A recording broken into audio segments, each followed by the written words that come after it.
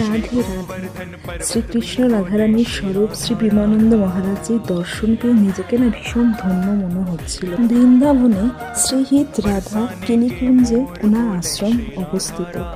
যারা দর্শন করতে চাইছেন ওনার আশ্রমে অনেক রকম প্রসেস আছে, সেগুলো না হয় পরের একটা ভিডিওতে জানাবো। অনেক ভোরেই আমরা বেরিয়ে পড়েছিলাম ওনার দর্শন করব বলে। বৃন্দাবন যাব আর ওনার দর্শন করব না, এইটা কি সম্ভব? দ্বিতীয়বার বৃন্দাবন যাওয়ার উদ্দেশ্য কিন্তু এইটাই। রাধারানী স্বয়ং চেয়েছিলেন যে আমরা সেখানে যাই এবং ওনার সাক্ষাৎ দর্শন করে আসি। ভীষণ সুন্দর, যেরকমটা আমরা ফোনে দেখি ঠিক সেই রকমটাই কিন্তু ওনাকে আমরা সামনের থেকে দেখেছিলাম। হাজার হাজার মানুষের ভিড়, অন্ধকার, যেহেতু শীতকাল ছিল, একদম কুয়াশায় চারিদিক ভর্তি ছিল। আমরা সকলে ওনার দর্শন করব বলে অনেক আগের থেকেই অপেক্ষা করছিলাম। ফাইনালি ওনার দর্শন হয়ে গেল।